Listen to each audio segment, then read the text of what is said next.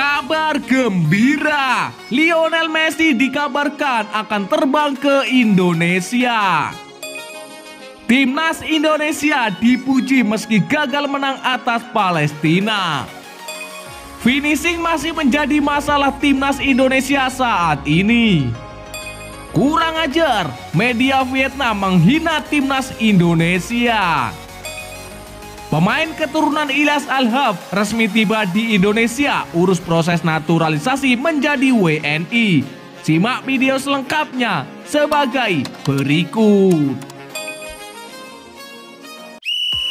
Kabar gembira, Lionel Messi dikabarkan akan terbang menuju ke Indonesia. Ya, ada kabar baru beredar di jagat maya terkait spekulasi kedatangan Messi ke Indonesia. Pemain terbaik dunia itu dilaporkan akan ikut terbang ke Indonesia. Seperti yang sudah diketahui, pada tanggal 19 Juni nanti timnas Indonesia akan mengadakan uji coba dengan timnas Argentina. Uji coba ini masuk dalam agenda FIFA Matchday Juni 2023. Namun jelang laga uji coba ini ada kabar yang kurang baik beredar. Lionel Messi dirumorkan tidak akan terbang ke Indonesia untuk beruji coba di Jakarta. Kabar itu salah kaprah karena kabar terbaru yang beredar di media sosial menyebut bahwa situasinya akan berubah 90 derajat Celcius. Lionel Messi dilaporkan akan ikut rombongan La Albiceleste yang bertolak ke Indonesia nanti. Kabar Messi akan ikut terbang ke Indonesia dibocorkan oleh seorang netizen di Twitter ternama. Sang netizen yang mengaku bekerja di salah satu bandara menyebut bahwa ia mendapatkan bocoran bahwa Messi akan bertolak ke Indonesia. Ia melampirkan sebuah foto yang berisi manifesto penerbangan timnas Argentina ke Indonesia. Dalam daftar yang diunggah tersebut, ada nama Lionel Messi yang dijadwalkan akan ikut terbang ke Indonesia.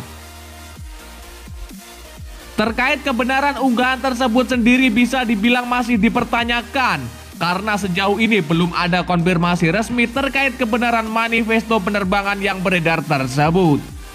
Dalam keterangan resmi terakhir, Ketua Umum PSSI tidak berani menjamin apakah Messi akan ikut bertolak ke Indonesia.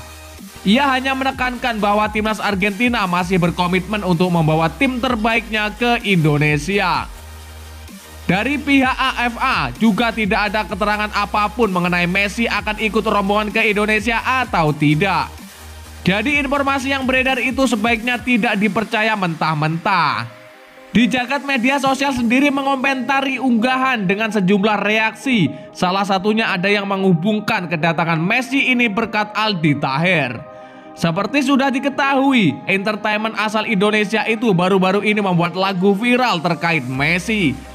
Di lirik lagu tersebut ia mempertanyakan mengapa Messi tidak mau datang ke Indonesia. Lagu Aldi Taher itu memang sangat viral, seviral-viralnya sampai ke Arab Saudi. Bahkan akun resmi Piala Dunia turut mengunggah ulang nyanyian Aldi Taher tersebut. Sehingga netizen berpendapat bahwa nyanyian Aldi Taher ini yang membuat Messi berubah pikiran dan mau datang ke Indonesia. Timnas Indonesia dipuji setinggi langit karena memiliki mental baja. Ya, permainan timnas Indonesia saat jumpa Palestina dipuji Ketua Umum PSSI Erick Thohir. Ia menilai Garuda menampilkan permainan mengesankan meski gagal menang. Timnas Indonesia bermain dengan skor kacamata melawan Palestina di laga FIFA Matchday. Dalam laga ini Marcelino Ferdinand CS tampil mendominasi secara penguasaan bola dan peluang. Bagi Erick Thohir, hal itu menunjukkan mental kuat Garuda menekan lawan yang berada di ranking ke-93 FIFA. Sementara timnas Indonesia jauh di bawah Palestina dengan hanya menempati ranking ke-149. Dari segi permainan terlihat Indonesia mendominasi. Statistik menunjukkan itu 60-40 ball possession. Paling tidak ada 3 peluang di babak pertama yang potensi menjadi sebuah gol, kata Erick Thohir. Meski imbang, saya sangat puas melihat kerjasama tim yang tampak padu, termasuk pemain naturalisasi kita, ujarnya menambahkan. Selanjutnya timnas Indonesia akan menghadapi Argentina di Stadion Gelora Bung Karno. Argentina diundang PSSI untuk memberikan pengalaman buat para pemain timnas Indonesia. Jelas laga ini bagai bumi dan langit. Argentina berstatus juara Piala Dunia 2022, sementara timnas Indonesia adalah juara ASEAN. Melihat penampilan malam ini, saya menilai Indonesia punya modal bagus menantang juara dunia Argentina.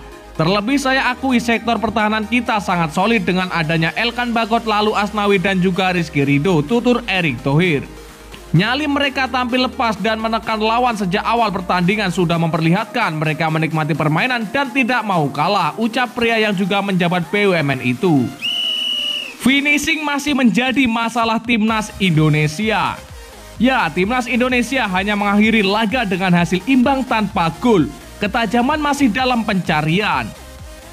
Timnas Indonesia mengakhiri laga kontra Palestina dengan skor kacamata. Sebenarnya ada beberapa momen serangan Indonesia nampak cair dan mengancam Palestina.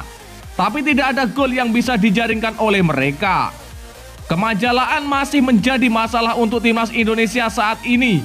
Kehadiran Rafael Struijk memberi warna baru dan menjanjikan, namun belum ada efek nyata. Sintayong pelatih timnas Indonesia sejatinya cukup senang melihat bagaimana penampilan Dimas Derajat dan kawan-kawan. Tapi menurutnya mestinya Merah Putih bisa menang telak. Ya, dalam hal performa, para pemain tampil sangat baik untuk pertandingan ini. Tapi yang disayangkan adalah soal skor, bukan pelatih asal Korea Selatan itu. Sejumlah peluang bisa diciptakan oleh timnas Indonesia, terutama babak pertama. Tapi penyelesaian akhir bermasalah. Seharusnya kami bisa cetak 2-3 gol hari ini, kata Sintayong.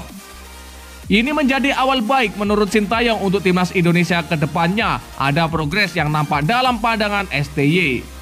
Jika bicara soal kontra Palestina, STY mengakui bahwa level timnas Indonesia masih terus dibenahi. Tetapi langkah kami hanya bisa maju, pastinya kami akan berkembang dan maju terus ke depan, ucap STY. Kurang ajar, media Vietnam menghina timnas Indonesia. Ya, media Vietnam menyindir timnas Indonesia yang gagal menang saat menjamu Palestina di Stadion Gelora Bung Tomo. Media Vietnam menyindir timnas Indonesia karena gagal menang atas Palestina meskipun memainkan setengah dari 7 pemain naturalisasi yang dibawa pelatih timnas Indonesia Sintayong. Dalam laga yang berakhir kacamata tersebut, pelatih Sintayong menurunkan 3 dari 7 pemain naturalisasi yang dipanggil. Sebanyak 3 pemain yang dimainkan adalah Mark Klok, Ivar Jenner, dan Rafael Struijk. Mark Klok dan Rafael Struijk tampil sebagai starter, sedangkan Ivar Jenner baru turun di babak kedua. Kehadiran 3 nama ini sejatinya meningkatkan performa timnas Indonesia. Terbukti sepanjang laga, skuad Garuda unggul secara statistik atas Palestina. Selain mencatatkan 8 shot on target berbanding 1 milik Palestina, timnas Indonesia juga dominan dalam penguasaan bola yang mana mencapai 60%. Ya, menggunakan setengah dari skuad naturalisasi, Indonesia tidak mampu menang melawan Palestina, ujar media Vietnam menghina. Indonesia punya alasan untuk kecewa karena gagal memenangkan pertandingan, sebab mereka telah menurunkan setengah dari skuad naturalisasi yang mereka punya, kata media Vietnam menghina lagi. Lantas kenapa 4 pemain naturalisasi lain yakni Jordi Amat, Sandi Walsain, Fatin Ahmad dan Stefano Lillipali tidak dimainkan oleh Sintayong di laga kontra Palestina? Jordi Amat dan Sandi tidak dalam kondisi bugar. Sementara untuk Saini Patinama yang bersangkutan baru tiba di Surabaya pertandingan sehingga membutuhkan waktu untuk adaptasi. Stefano Lillipali berhubung Sintayong mengandalkan pola 4-4-2, tenaga gelandang berdarah Belanda Indonesia ini dinilai tak cocok dengan pola permainan tersebut. Diprediksi Jordi Amat, Saini Patinama dan Stefano Lillipali akan tampil sebagai starter di laga timnas Indonesia versus Argentina yang digelar di Stadion Utama Gelora Bung Karno pada Senin 19 Juni 2023 malam waktu Indonesia Barat. Untuk Sandi Walsh, jika pun sudah pulih dari cedera, kemungkinan baru turun di babak kedua. Menarik menanti jalannya laga timnas Indonesia versus Argentina. Pemain keturunan Ilyas Al-Haf resmi tiba di Indonesia untuk mengurus proses naturalisasi menjadi warga negara Indonesia. Ya, pemain keturunan Ilyas Al-Haf resmi tiba di Indonesia pada Rabu 14 Juni 2023 sore waktu Indonesia Barat. Hal itu terlihat dalam unggahan di stories Instagramnya. Tanah air, tulis Ilyas Al-Haf, sembari menunjukkan dirinya sedang berada di Bandara Ngurah Rai Denpasar, Bali. Apakah Ilyas Alhaf datang ke Indonesia untuk mengurus proses naturalisasinya menjadi warga negara Indonesia? Hal inilah yang masih harus ditunggu. Jika tidak mengurus proses naturalisasi, Ilyas Alhaf datang ke Indonesia hanya untuk menjalani libur musim panas 2023. Nama winger 26 tahun ini menjadi sorotan dalam beberapa hari terakhir. Penyebabnya karena pada Senin 12 Juni 2023 dini hari, Ilyas Alhaf baru saja membantu sang klub Almere City promosi ke Liga Belanda 2023-2024. Almere City mendapatkan tiket promosi setelah menang agregat 4-1 atas MN di final playoff.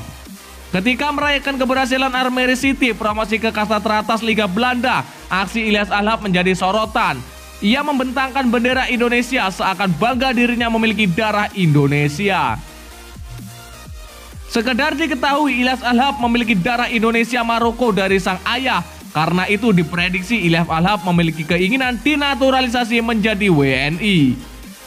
Sekarang jadi tidaknya Ilyas Alhaf dinaturalisasi ada di tangan pelatih timnas Indonesia Sintayong. Sebab PSSI baru akan bergerak mendekati pemain diaspora ketika mendapatkan laporan dari Sintayong.